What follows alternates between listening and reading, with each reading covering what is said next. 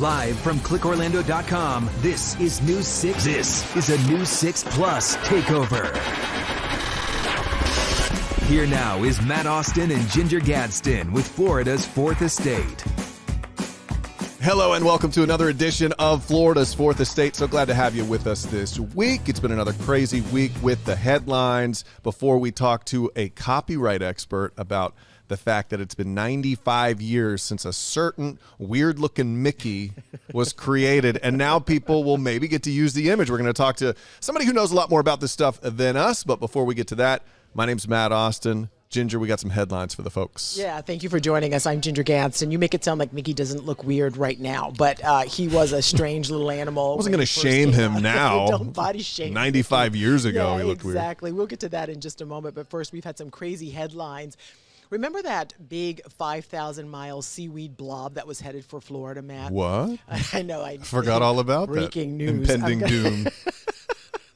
Well, the good news is it's still heading here, but it's bringing a friend. And it's nothing, I mean, you kind of have to laugh because it's like, what else is going to happen with this thing? We're talking about the sargassum thing, right? It's heading for Florida. Some of it started to arrive at our beaches already. It's that big blob. But the friend that is hitched a ride with it is the flesh-eating bacteria. And it's being caused by a bunch of garbage and it sounds so delightful, doesn't it? All the plastics that's embedded in this blob. This really sounds like something that a science fiction writer made up, but it is on our shores. And I don't know if you are familiar with flesh-eating bacteria, but if we've done stories on this before, and it is not good news. This thing is dangerous. People have lost limbs. They have lost their lives. So it's nothing that we should take lightly. We don't have any cases reported from this blob right as of this recording, and I hope it stays that way. But my goodness, what else? What else? Yeah, I want to be careful. Nobody has caught flesh-eating bacteria from this. We haven't had any arms melting off or anything, but we have had scientists who, like Ginger said, studied this stuff, and apparently it's a good little petri dish for that flesh-eating bacteria, which we know.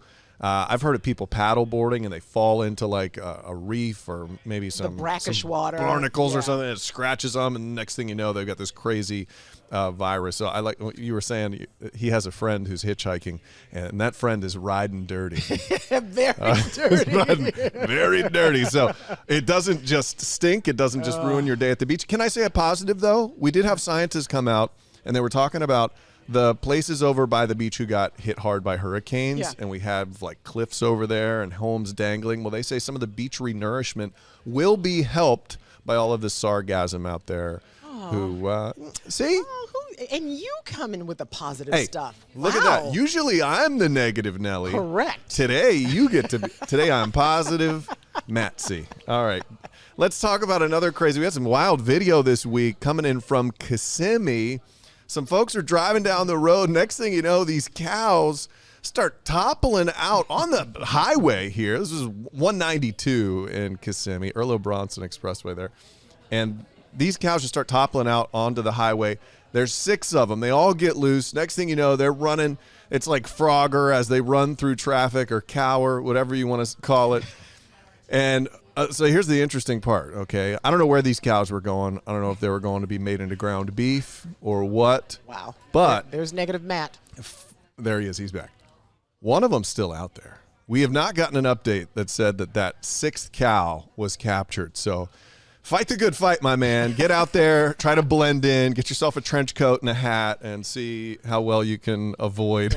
I feel like if he evades capture for much longer, then he should just be put in a sanctuary and allowed to live his life out as a cow should. Be like a pardoned turkey or something like that. And the strange thing about this is that is not the first time we've had cows on the freeway in that particular area in Kissimmee. It was like last year, there were like 30 or 40 of them. A guy's trailer caught on fire, and he did the right thing. He just let them out so the cows didn't, they weren't harmed.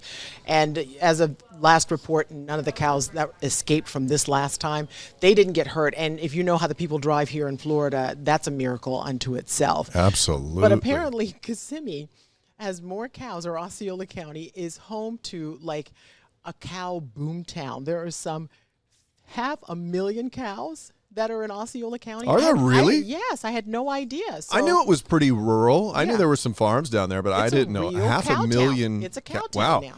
And until the cows come home, right? Wow. Is that what we're waiting for? Let's not have any more cliches. And moving along. on. Let's not milk this, Ginger. Move along, please. Jeez. Wow, we fit a lot in there real quick. Terrible, and we shouldn't have. Okay, now this next story is really nightmarish. You know, Carnival Cruise Lines are based in Miami, Florida. This particular ship, the Sunshine, sailed from Charleston, South Carolina, and they went to, the Bahamas, Bermuda, that area. Not a very long cruise at all. But when they were on the way back, some crazy storm hit them, and passengers said they had no idea. They said the captain came on and said, "Oh, we're going to hit some rough weather, but nothing to worry about." Well, guess what? They should have worried. They had 4 decks flood. And if you know anything about how much water that would take to flood 4 decks of a cruise ship, they hit some kind of rogue storm, crazy storm. And one passenger says that he saw some piece of equipment that measures wind speed and caught a wind gust of 79 miles per hour out at sea. I don't know about you, but if you're on a ship and that giant ship that holds thousands of people, if you are there rocking and rolling like that for hours, passengers said they couldn't get any information for about 12 hours or so. And they finally, I think they called it a day. They came in a couple of days early and went back to Charleston. But I can't even imagine the seasickness that took place on that. And, the people who are terrified, especially lack of information is the worst thing you can do to people in a situation like that. If you tell us what's going on, we could probably deal with it as opposed to keeping us in the dark. That is an insane PR disaster for Carnival. I will say, hey, let me bring in a little good news here. All right? Wow. Twice now. Who are you? This is going to be it for the year. Okay. But according to the cruise ships and Port Canaveral, the market for cruising has come back. It is official. I mean, we knew that people were excited to get back out, but there was still some hesitation. There were so many bad headlines for a moment when COVID started. Do you remember that? The cruise ships just parked out. No countries wanting to take these people because they were sick. Lost at sea. That you're hearing toilets backing up. And I said, I will never go on a cruise again. People have such short memories. We have. Thank goodness, though. Sure. I'll pay. It's like, sign me up. Sign me up for $8,000 to be stuck at sea like cattle. I would be like one of those cows trying to jump off, get out of that thing. Please don't. No, but thank goodness they made it back to port safely. But they have some explaining to do. And those poor passengers, I don't know if you want a credit for that cruise or if you want... I hate when they do that. No. I hate when they're like, hey, you can come do another cruise with us after your miserable experience. We promise. Yeah, we'll take care of you next time. Give me a break. Give me my money back. That's ridiculous. If I've got water coming in through my cabin... Yeah, that's not good news. You need to pay me back. We're talking about getting money back. Well, you know who loves getting that money? Walt Disney World. And if you ever try to use the image of one of Walt Disney's characters, you're in so much trouble. You are going to deal with hellfire that is going to rain down on you like never before. Well, it turns out the first Mickey, what was his name? Steamboat Willie. Willie? His image is up for grabs in copyright because it's been 95 years as of next year. What does that mean? What's going to happen? Can you go out and sell T-shirts on the side of the road at Disney? I wouldn't do it. It's a very complicated issue, so we bring in an expert. We're talking to him from California right after the break. Welcome back to Florida's Fourth Estate. Anything that happens to have anything to do with Mickey Mouse and the Mouse House is always a concern to the Central Florida area. We have Disney holics around here. And one thing that has popped up in the national media is the fact that Steamboat Willie, like the first version of Mickey Mouse, the copyright is coming up. So does that mean that I can just draw Mickey Mouse and I can stand outside of Disney and have a Mickey Mouse shirt and sell it and make my millions, Ginger?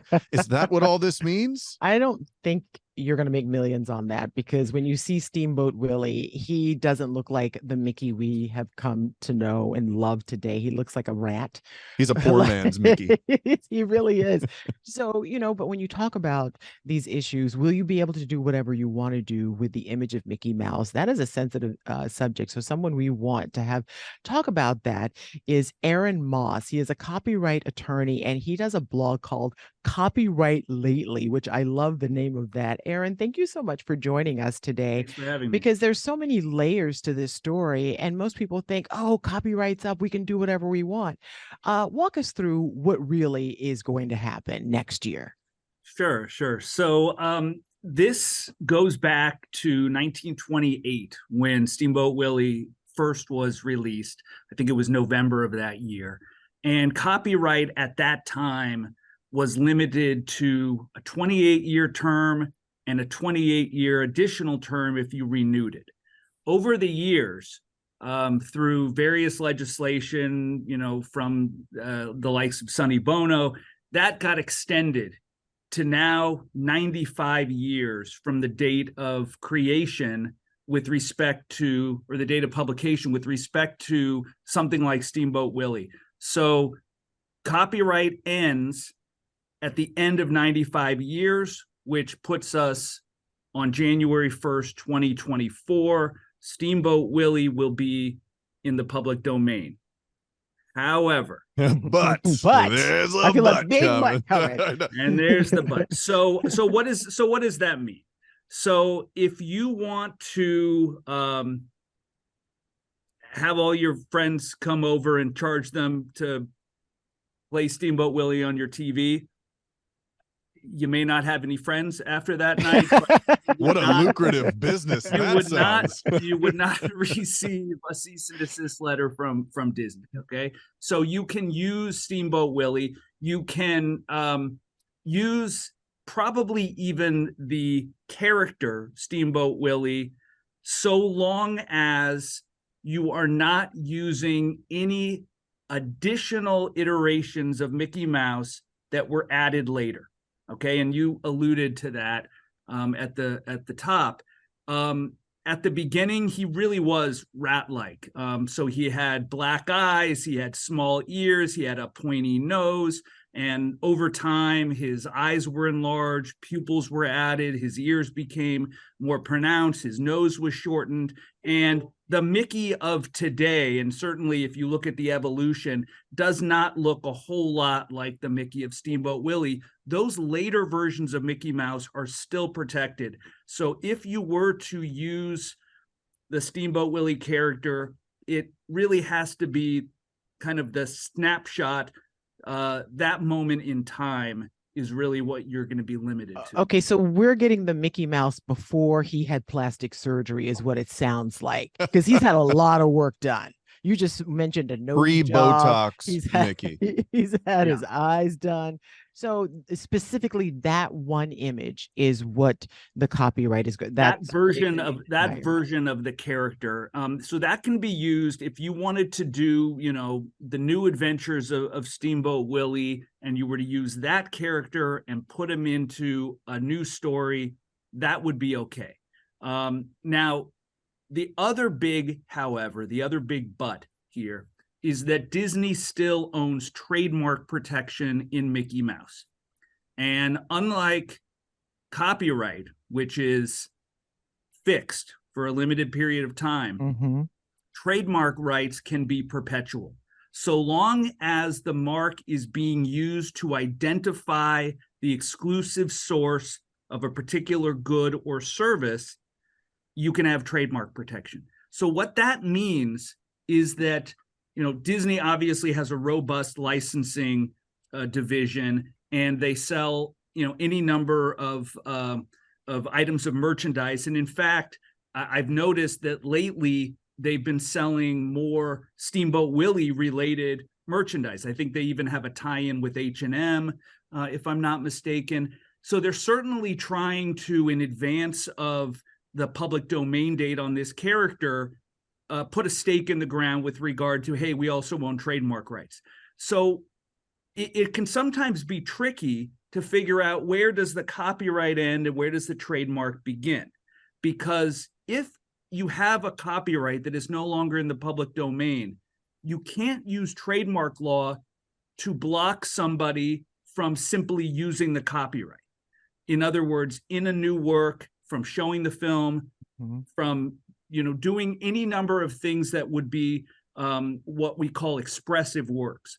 What you can't do, however, is use that character to somehow identify a source that is not Disney by making it look like it's either sponsored by the trademark owner or that it was done with the authorization. Okay, so I can't have a Steamboat Willie daycare center or something. Or if like you did that. a Steamboat Willie version of a show that was like, watch News 6 every day at 5:30, and Steamboat Willie says, is that what you're talking about? Kind of break this down. Yeah, no, I think both of your examples are uses of trademarks. So those are really designed, and look, there can be fights about this, and there will certainly be court cases as more and more iconic properties enter the public domain. So we saw Winnie the Pooh